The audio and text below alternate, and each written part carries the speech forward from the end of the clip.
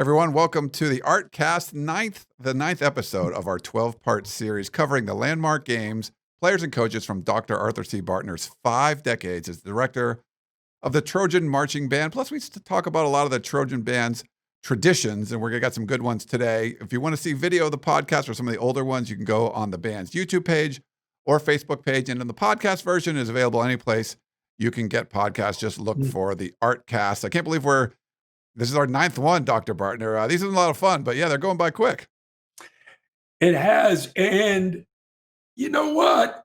This is game day week. Woo! Can you believe that? We're in the middle of, we're at the beginning of November. It's the first game. But it's exciting. It's still game day week. Yeah, it is. So it's a little different because we started these when it didn't look like there was going to be football, and the last few of them, we're going to have some actual football games. But these are going to be evergreen because we're going to talk about some historic USC games, the traditions that have been going on for decades with you and the Trojan Marching Band. And one of your favorite games today we got is the Bush Push game. So later on, we're going to talk about the Trojan Marching Band's tradition with USC's women's athletics, but we're going to start off with the Bush Push, which, that's like, it's the comeback and this one are two of your favorites, I would assume. Yeah. It's one of those games that people say, I was there. It was one of the most exciting games in 50 years. And Marv Goo would have loved it. He loved this game. Big men against big men, the whole mystique of Notre Dame. And yeah, there was a great finish for this one with the Bush Push, but I'll kind of set the stage for you a little bit. So USC was number 1, 27-game winning streak, so that's pretty good. Beaten the Irish 3 times in a row, each by 31 points. Notre Dame, though, was number 9. They were 4-1 under first-year head coach Charlie Weiss. If you remember, he always said he would have that schematic advantage. They were billing it as the game of the century, and Notre Dame had this nationally televised pep rally beforehand. They had Tim Brown there. They had Joe Montana. Rudy was the MC. They put a lot into this. They did the green jersey trick, if you remember that, where they didn't come out. They came out in the regular jerseys. Then after warm-ups, they switched into the green ones. They grew the grass longer to slow down USC players. This was, all the eggs were in this basket for this game. So it created a ton of hype around this, going into it. Absolutely. Yeah, we did our rally in Chicago, and it was 5,000-6,000 people. And as you said, we were on a streak of 27 wins in a row, and there was tremendous hype for this game. Yeah, a lot of hype. And halftime, you remember USC was down. Let me put a picture of this is Reggie Bush scoring a touchdown, but Reggie Bush had a touchdown in the first half. Lendell White had a touchdown. They were the Thunder and Lightning crew, if you remember that. And then USC, after halftime, USC tied it up with a 45-yard touchdown by Bush. And then Notre Dame had a field goal. And then Reggie put the Trojans in front with a 9-yard TD rush with 5:09 left in the game. But then the Irish came back. They had that long 86-yard drive to go up 3. And then at that point, USC was, they get the ball back. What was it? $154 left, 75 yards away. And, Leinart missed Dwayne Jarrett. He got sacked. So that will put the team, behind. And then he had that little dump, I think, to Reggie Bush for 11 yards. And then timeout, 4th and 9, which you guys all remember, with a minute and 32 left. I have a video, but if you'd rather say a few words about that first, Dr. Bartner, we can hear from you, and then we can play the video. Yes, I have to set the stage. Okay, you said it. Yeah. For the band. Band. Yes. Because the band is at the other end zone, the northwest end zone in the corner. The team is down at the south, west end zone. And, I'm standing on my ladder about 6 feet from the out of bound line, and I'm looking down, and it's like It's like I'm going, this is forever. It's 4th and 9. This is forever. And I just have to give you my reaction when Matt Leinart, completed the pass to Dwayne Jarrett. And Jarrett is literally running right at me. And I'm going, run faster, get into the end zone, run faster. And then you know what happens next. Yeah. It wouldn't be as dramatic if he made it all the way, right? We needed the extra drama. Well, you'll get to see that play and the rest of the series and how USC, spoiler alert, USC won the game. But I'll play this one for you and then get your reaction, Dr. Bartner. Okay. Need 9 yards to keep that dream alive, at least for another minute and a half. Jarrett to the left, Smith and McCoy to the right. Bush is the tailback. Ryan Khalil the center. Waiting for the call from Matt Leinart. Lines are set. Leinart changes at the line. Gets the snap. Drops the pass. Throws. Looking for Jarrett. It's caught by Jarrett at the 40, 35, 30, 25, 20. Tackled from behind at the 15, maybe the 13-yard line. Matt Leinart rolling to his left. He's going to tuck it under. He is stopped short. The clock's still running. Time runs out. The clock says 0. Notre Dame has won. Chaos. The ball was not moving forward. Therefore, the clock will start on the snap. All right, 7 seconds on the clock, and Leinart will probably have to snap this thing and down it right away with 7 seconds to go. They're on the 1-yard line. Leinart could sneak it in for a score, but if he tries to score and doesn't, the Trojans will lose the game. Charlie Weiss is at the hash marks walking off the field. Well, he's trying to get a good look at the play.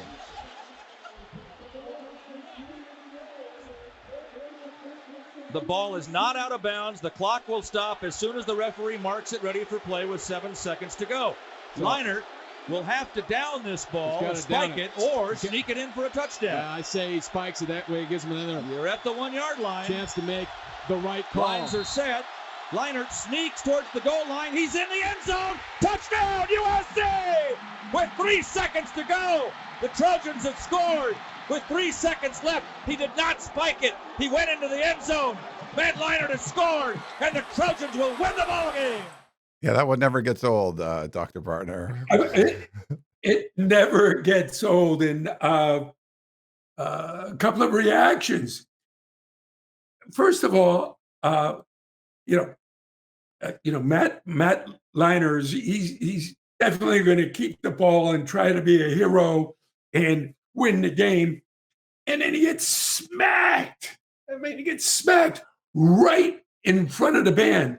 Now, if he hangs onto the ball, the game is over because he is short of the goal line. But he fumbles the ball out of bounds. Now, I see that. The band sees that. But Notre Dame, they think the game is over. So they're running on the field, and Charlie Weiss is, heading to the locker room like the game is over. But the band is looking out and go, hey, he fumbled the ball. It's out of bounds. We got another play.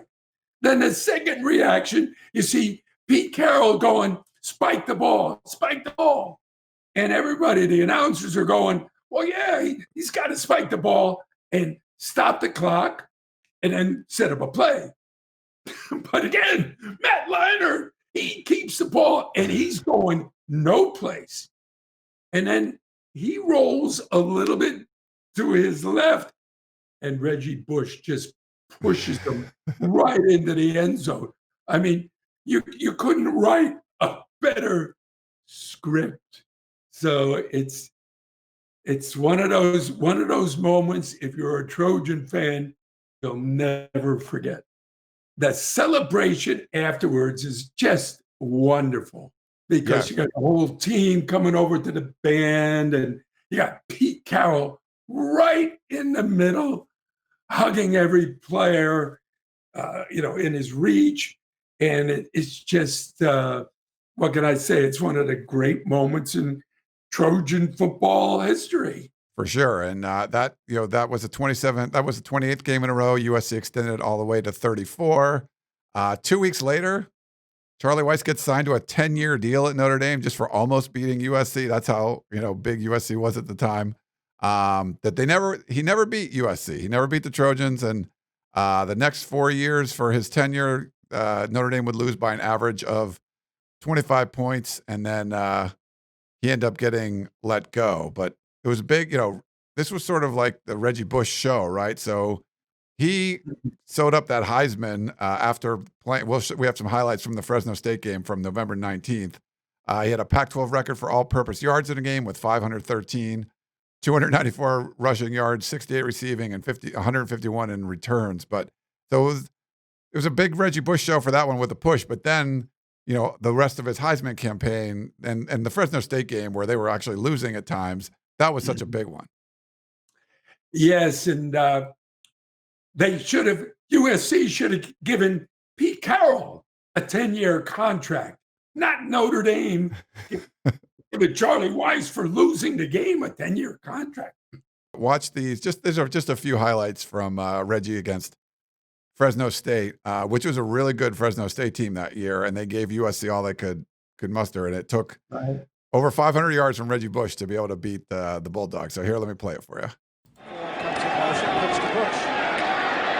Bush steps outside, 35, 40, 45. He's at the 41. Man has a shot, the 20, cuts back, and tripped up at the 5-yard line. And that's Reggie Bush. It's about momentum, the turnover. You're right, trying to take the lead here. Reggie Bush, left side, look out. 30, 20, 10, forget it.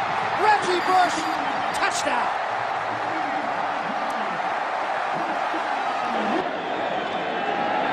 Reggie Bush right up the middle, hits the outside. He's at the 30, it's another foot race. Cuts it back to the 20, comes back to the near side of the field. He's going to go. It's going to be another USC touchdown and another thing of beauty from one of the best running backs you will ever see. Yeah, that last one where he's running to the sideline and just puts his foot down and pops back the other way, like that was one of those Heisman moments. And he goes on to win the Heisman, second most first place votes of all time. But it was that was a special season for Reggie. I who've sat through great running backs for 50 years, I think Reggie was the most exciting player I've ever watched. And I can remember, I think we were up in Oregon State, and it was one of those just ugly games, where, nobody was scoring any points. But they punted to Reggie, and he got the ball on the far sideline and juked and did a couple of fancy moves, and then took off to his left and ran that punt all the way back for a touchdown, and we won the game. And he was just the most exciting player that I can ever remember seeing on the gridiron. Yeah, and to this day, it's been a long time since Reggie played. You're talking about the 2004 season or whatever. Like Reggie Bush, still we cover recruiting. We talk to recruits all the time, guys that were 2 years old when he was doing all that stuff in college, and they still talk about him, and they still want to wear number 5. And that kind of player, like, Matt's been a great ambassador. He won the Heisman and all that, but there's something about Reggie Bush that just kind of sucked people in. And you kind of knew how special he was when you're watching, but just the legacy afterwards, it's been pretty impressive. Yeah. Well, I'm just glad that he's back in the fold and on the team. I should say in the family. He's not physically on the team, but I think it's just great having him back involved in USC football. For sure. All right. So that was the Bush push. And now for the second part of the show, we like to talk about some of the band traditions. And this is a special one, supporting women's athletics. So the Trojan Marching Band was one of the first collegiate bands to actually support women's athletics. And I have a picture of you and Barbara Hedges here. I'll put that up. So back in 79, she asked the band to perform at women's games. And Hedges was the associate athletic director in charge of women's sports. She got to USC in 1973. soon after Title IX was created, and the band's small gig band, run by the president of the band's sorority, Sherry Morningstar, they would play at parties and other events. They started playing at women's games. Yes, Barbara Hedges was a dear friend, and she was just dynamic, and she just built women's athletics at USC. And she came to me, and she felt that women's athletics couldn't really become a traditional sports at USC if the band wasn't there. And so she came and she pleaded her case, and we became great friends. And this was kind of a very much a student-run band. And Sherry Morningstar went on. She lives in Michigan now, and she's a dentist. And it always seemed to have a student director. And the second one was Mark Laycock, who became the orchestral director at Wichita State University. So we always laugh when we get together, because I gave him his first conducting gig, and now he's this famous maestro, if you will.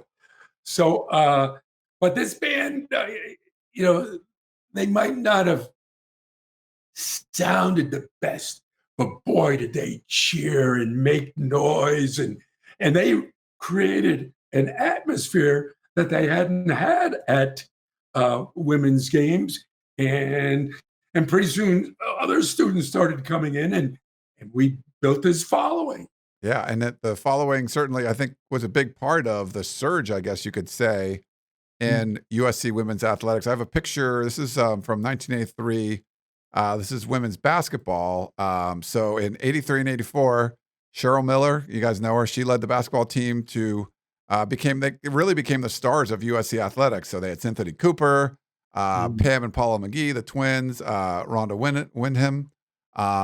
So the band played at the championship games in Norfolk, Virginia, and then at Pauley Pavilion.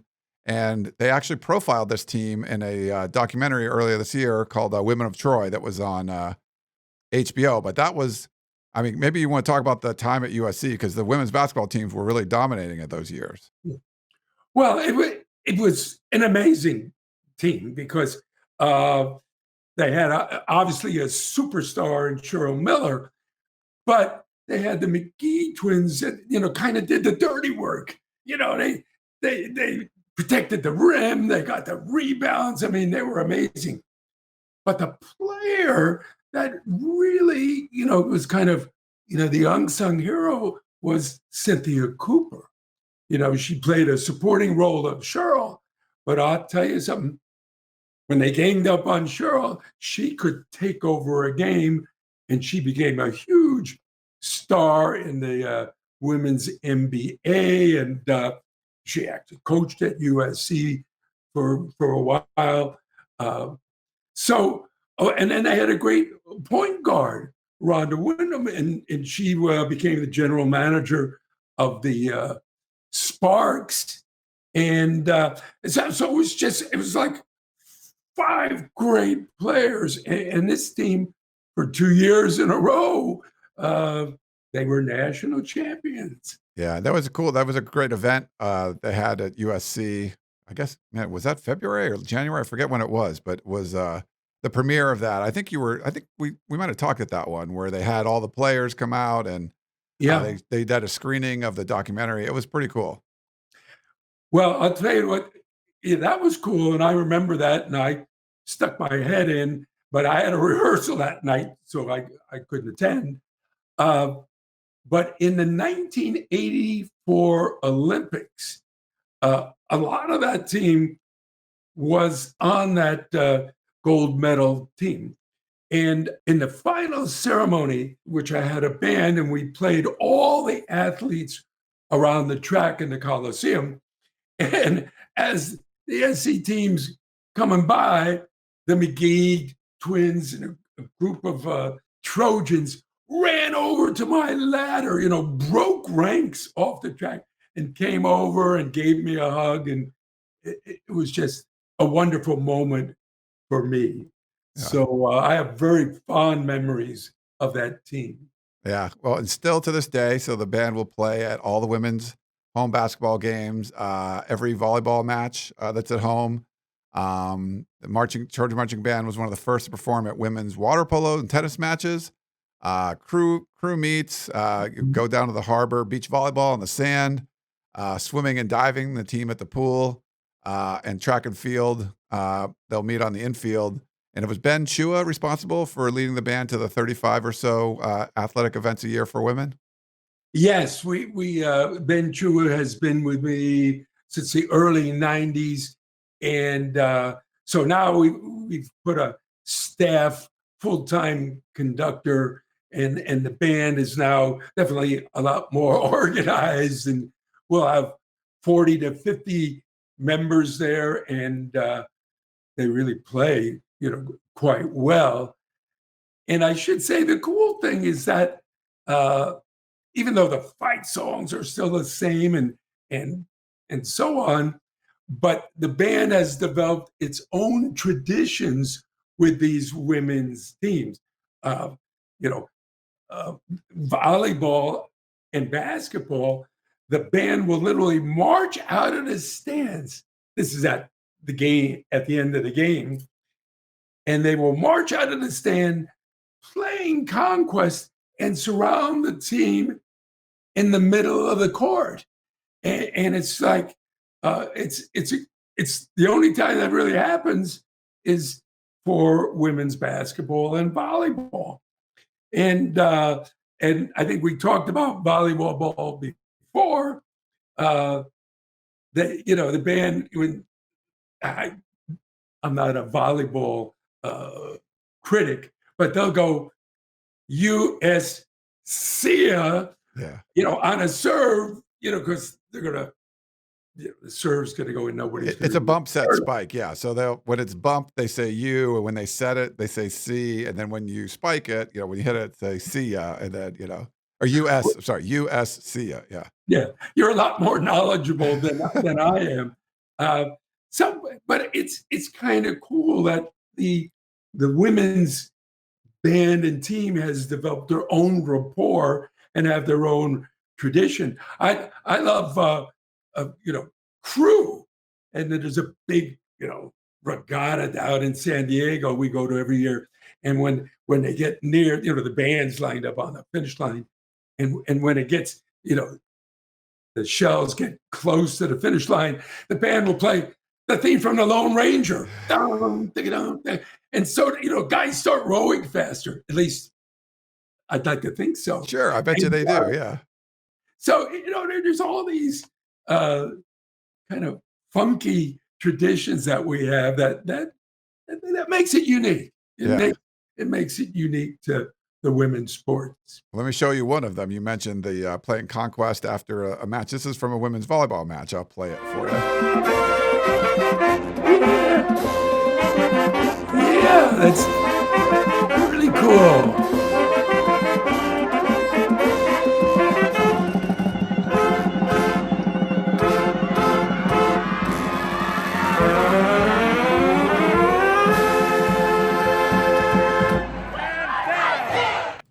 That's cool. The players in the band. I mean, similar to what you do after a football game, you kind of get the players in the band close to each other. That's nice. Yeah, and again, it's right. It's the same concept. It's the band, it's the team, and I wish we had more fans there. I mean, it isn't like a football game where you got thousands of students, but still, there's a nice following that sits in that end zone. But it's kind of cool to see that the women do their, whatever that thing is that they do at the end. They kind of huddle up and then, get their arms up in the air. And it's just, again, it just doesn't happen at most schools in this country. Yeah. This is why USC has this family feeling, the Trojan family. And it really makes us a unique place. And hopefully these great athletes who want to come here and compete. Now, the only sports I believe that the band doesn't play at is cross country and golf. Obviously, I don't think they'd like it on the golf course, but I don't know, it'd be kind of fun. I think it'd be neat to hear like Conquest as you're about to hit a drive or something, but I guess that would be, that wouldn't be great. The most difficult sports are, and we've done, several tennis matches. And the problem with the way they play tennis on the collegiate arena is that there's not just one match going on. There's a match over on the right, there's a match over on the left, and it could be doubles. And so you can't play all the time because you'll interfere with the other matches. And it's the same thing with track and field, because even though there might be one race going on, well, there's somebody putting the shot or somebody doing the long jump. So you can't interfere, with the other events that are going on. But still, for the band, and I think for the team, it's worth, playing the national anthem before the meet starts, playing Fight On at the top in tribute, and of course, doing Conquest after the meet is won. So I think having the band there is important. Yeah. There's talk about the championships too. This is here. I'll put a photo up for you. This is women's soccer in 2016, I believe. Yeah, for playing for the national championship up in San Jose. And you guys will send the band to NCAA sponsored basketball trips, like other marching bands will go. But they'll also go to tennis. They'll go to water polo, soccer national championships, and a lot of times you guys are the only band there. Even if the host team, it's their own tournament, they won't even send their band, and you guys are traveling a band there. But you guys been to College Station, Waco, San Antonio, Indianapolis, Athens, Georgia, San Jose, to support women's athletics. And in 2002, you guys actually led a parade down Bourbon Street in New Orleans after the women won the volleyball national championship. So, I mean, it's been, you guys are all over as far as women's athletics go. Well, this is a great tradition that we have with our athletic department. And for the national championship, round, which usually involves 4 teams, they will always, send a band. And it's, it's usually during final exams, and it's kind of tough to, round up kids, but still, it's a great tradition. And I think the women are very appreciative, and as you can see in that soccer, that was the most recent national championship up in San Jose. You could see, number one, it's kind of cold. Number two, the stands look pretty empty in a big stadium like that. But still, you have that moment of conquest at the end, and the team comes over, and it's just a great victory. It was an upset victory over the number 1 team in the country, which I think was West Virginia.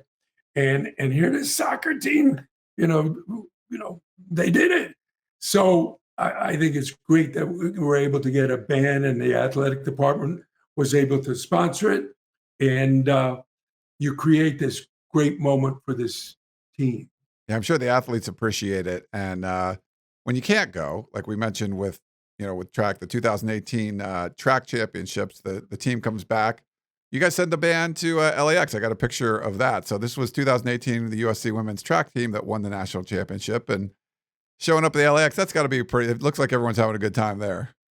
Yeah, that was great. Yeah, we, like I said before, it's really hard to play for track meets, but still, these guys, they won that final relay, and it was just marvelous.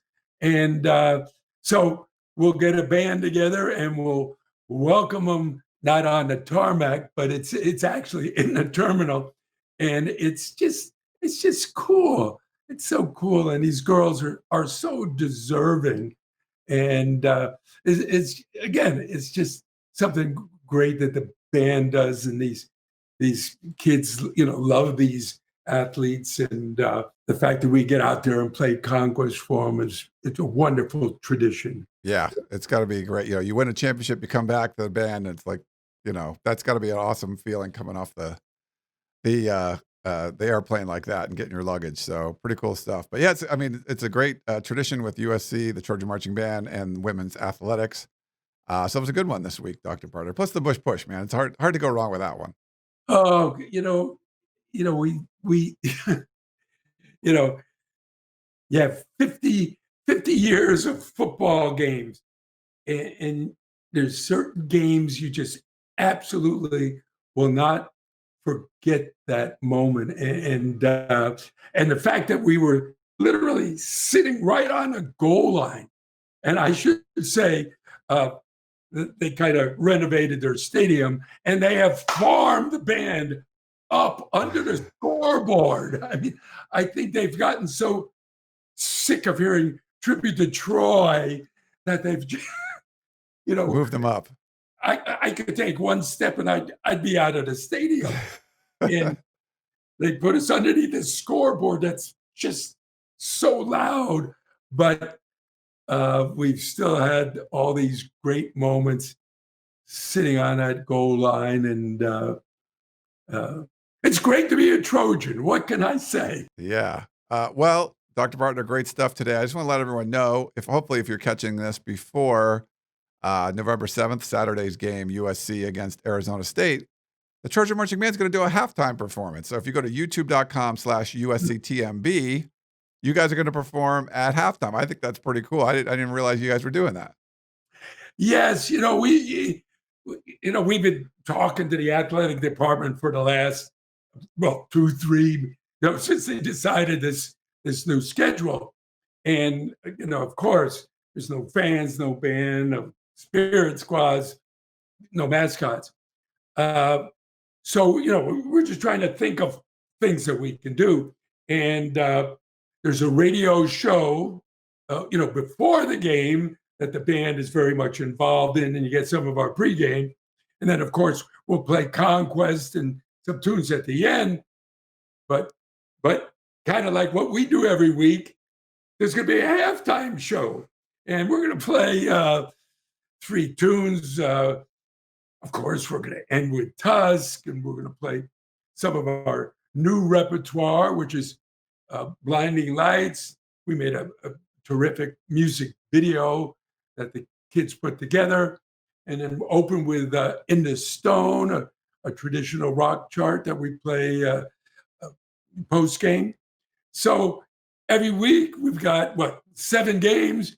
You're going to get about an 8-minute halftime show that you can, instead of listening to the talking heads at halftime, flip on and stream the band's halftime show. Nice. And so you guys are doing it live. You're doing a live halftime show.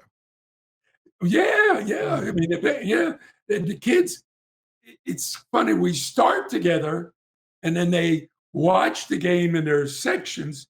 And then after the first half, they have to come together at halftime, and we do our show, put the horn down, watch it in their sectionals, come back together at the end of the game. Tune in, and I hope it works. Yeah, I hope so. It's always interesting when you do stuff live. You never know what's going to happen. But youtube.com/USCTMB. Check it out at halftime. I'm going to. That sounds like a good plan. All right. Well, Dr. Bartner, great stuff again. We're counting down. We only got 3 left of these. So I'm curious to see what's your favorite. The last 3 favorite games of yours are. So I'm looking forward to those. Well, I end with Beat the Sun Devil. All right. Fight on. Fight on, everybody. Thanks for tuning in.